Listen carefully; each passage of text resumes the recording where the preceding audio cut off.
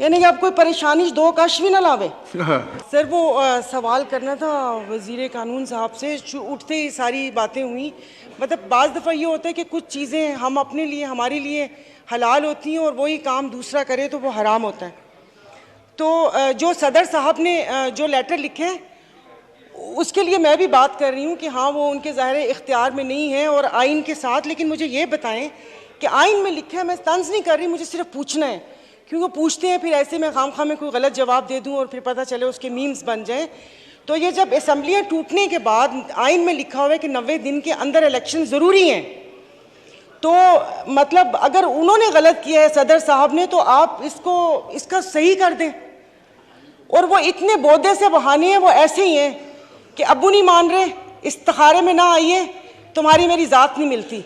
मतलब ये इस किस्म के बहाने हैं। तो इसका मतलब ना ही होती है। तो वो मेरा एक सवाल ये था सर। फिर दूसरी बात, ये तो सवाल था ना, फिर इसके ऊपर थोड़ा सा वो मैंने टिकट्स के बारे में पूछना था कि ये मतलब जो इसाक डार साहब, मतलब ये सिर्फ PIA के लिए, क्योंकि अब ये जितना आपने वो कर दिया है बिज़नेस क्लास की टिकट्स के, अव्वल तो PIA में बिज़नेस क्लास है ही नहीं। 320 में एक छोटा सा पर्दा लगाकर वो इकॉनमी प्लस बनाया हुआ है, और जो बिज़नेस क्लास है वो भी ऐसे कि आप गलती से सीट रिक्लाइन कर लें तो फिर क्रू ही आके उसको धक्का दे के पीछे करेगा, वो नहीं होगा। इसका मतलब है कि ये यहाँ से तो ठप हो गया। और सर ये सिगरेट का आपने वो लगाया है, मतलब ये मजाक नहीं है, शायद आप इसको मजाक में लें। लिखा तो होता है कि सिगरेट नोशी सेहत के लिए मुज़र है, लेकिन अब पीते हैं लोग। यानी कि आप कोई परेशानी दो कश भी ना लावे उसके वो भी। और सर ये जो जितनी भी टोबैको कंपनीज हैं, ये तो सारी वो टैक्स फ्री जोन में है। बल्कि पेशावर में एक फैक्ट्री है, वो सारी फैक्ट्री पेशावर में है, उसका गेट दूसरी तरफ है, वो वहाँ से ट्रक निकलता है। और माशाल्लाह ये सारे तो अपने सेनेटर हैं, क्योंकि मैंने वो 2-3 के पास वो सेनेटर्स नाम से छोटे छोटे सिगार और सिगरेट्स देखी है। तो ये टैक्स इनसे मतलब कौन लेगा? मतलब टैक्स तो कर दिया ही, क्या ये इनको टैक्स देंगे? और सर मेरे से आपसे एक और बात कि मतलब जो हमारे कराची में जो हॉस्पिटल्स वगैरह हैं, मैंने सिर्फ अपनी उसके लिए, क्या वो टैक्स देते हैं? मतलब हमारे जो इर्द गिर्द मेरे इलाके में साउथ सिटी, ज़ियाउद्दीन और ये वाले हॉस्पिटल हैं, अभी एक का टेस्ट मेरी फैमिली में हुआ, एक क्या वो कहते हैं उसको, लेप्रोस्कोपी नहीं, मैं भूल गई सर, वो जो उसका होता है मैदे का टेस्ट होता है, एंडोस्कोपी और क्लोनोस्कोपी। सर वो बिल आया ना, तो वो मेरा चश्मा नहीं था, मुझे समझ नहीं आई, वो 1,35,000 के ये 2 टेस्ट हुए।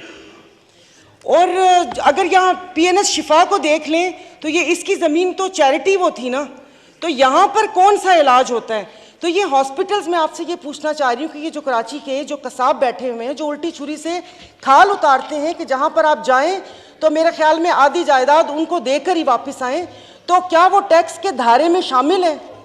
और सर ये जो यहाँ पर ब्रांड्स हैं, चार्ल्स एंड कीथ हो गया और बाकी जो भी कपड़ों की ब्रांड्स हैं, जो डिज़ाइनर्स हैं, क्या ये भी टैक्स के धारे में शामिल है?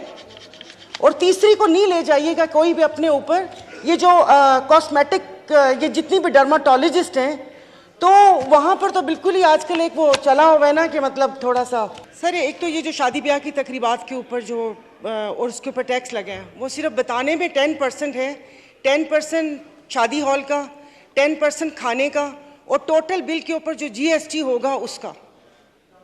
तो जैसे कि उन्होंने बोला है कि कराची में तो इतने छोटे छोटे अपार्टमेंट हैं कि वो शायद वहाँ पर कोई फोत भी हो जाता है तो वो बेचारे मतलब घर में तो नहीं वो सारा कुछ होता। ये शादी या कुछ तकरीबात, ये छोटी सी तो खुशी को ज़िंदगी में एक दफ़ा आई, उसको भी उन्होंने इतना मुश्किल बना दिया। और बाकी सर जो टैक्सेस, और दूसरा जो इसका है वो कैपिटल टैक्स के लिए है कि जो कैपिटल टैक्स लगाया है कि इसमें जो इन्होंने एक लमसम सा बताया कि ये इतना होगा, तो उसमें तो जो कंपनीज हैं वो तो फिर रजिस्टर ही नहीं करवाएंगी अपने आप को स्टॉक एक्सचेंज में। कि अमेरिका के जो कमर्शियल अताशी हैं वो FBR के चेयरमैन तारिक बाजवा साहब से मिले और नाराज़गी का इजहार किया है कि इन फिजी ड्रिंक्स के ऊपर आप लोगों ने टैक्स लगाया, कोक, पेप्सी और ये, तो उनको यकीन दहानी करवाई गई है कि नेक्स्ट बजट में इस पर से टैक्स हटा दिया जाएगा। यानी कि जो अपने मुल्क का, अपने पाकिस्तान का मशरूब है, जो दुनिया में जाना चाहता है, उसके ऊपर टैक्स लगा दिया। और जैसे कि मौलाना साहब ने कहा कि एक ही तो अय्याशी है, रोज़े के बाद पीने को दिल करता है कि ठंडा ठंडा कुछ शरबत रूह अफ़ज़ा दूध में मिलाकर या वैसे पिएं। तो और उसके बाद दूसरा असर सीमेंट की कीमतों में इजाफा कर दिया। मतलब एक गरीब, ये तो वो एक कहानी हमने पढ़ी थी कि वो मिर्ज़ा ने एक कतबा बनाया था, कतबा तो नहीं, वो एक नाम लिखवाया था कि मैं अपने घर पे लगाऊंगा। 9th-10th में थी ये स्टोरी।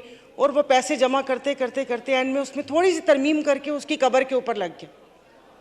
तो अब ये गरीब बंदा एक थोड़े से पैसे जमा करता है कि थोड़ा हो तो या छत डाल लूँ या घर बना लूँ, हर साल ये सीमेंट का हो जाता है।